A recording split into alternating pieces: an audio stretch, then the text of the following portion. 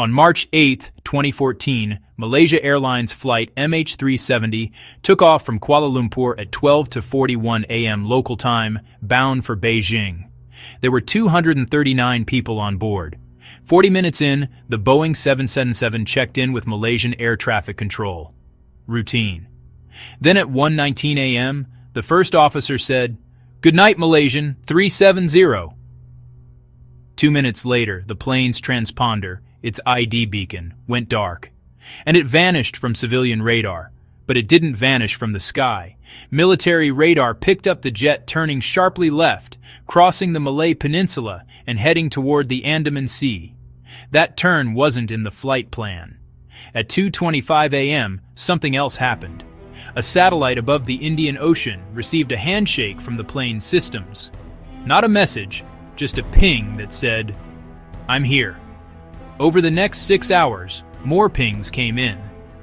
Hourly arcs that mapped the plane's presence far from where it was supposed to be. By morning, search planes scoured the South China Sea. They found nothing because the satellite data pointed somewhere else, deep into the southern Indian Ocean. On March 24th, after analyzing those satellite arcs and the plane's fuel burn, officials announced the heartbreaking conclusion: MH370 ended in the southern Indian Ocean. No distress call, no clear why. The next phase was massive. Australia led a seabed search along what's called the 7th Arc, the place the last satellite ping suggests the plane was when its systems finally went silent. Teams mapped thousands of square kilometers of seafloor never charted before. They found shipwrecks, they found canyons, they found volcanic ridges.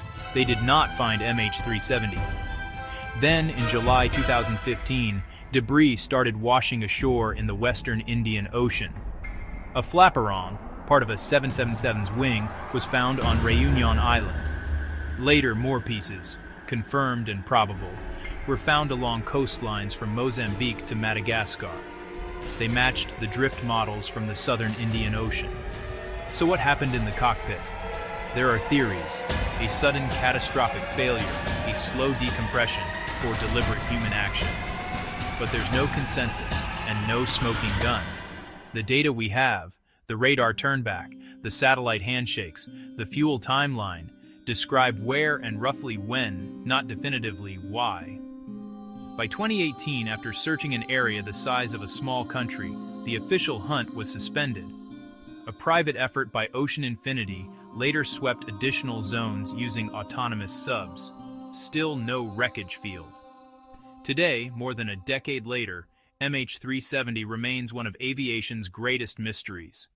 The most promising path forward is better data, new drift analyses, refined fuel and performance modeling, and, critically, re-examining unsearched sections along the 7th Arc as technology improves. If the wreckage is found, flight recorders could clarify the final hours and bring answers to families who've waited far too long.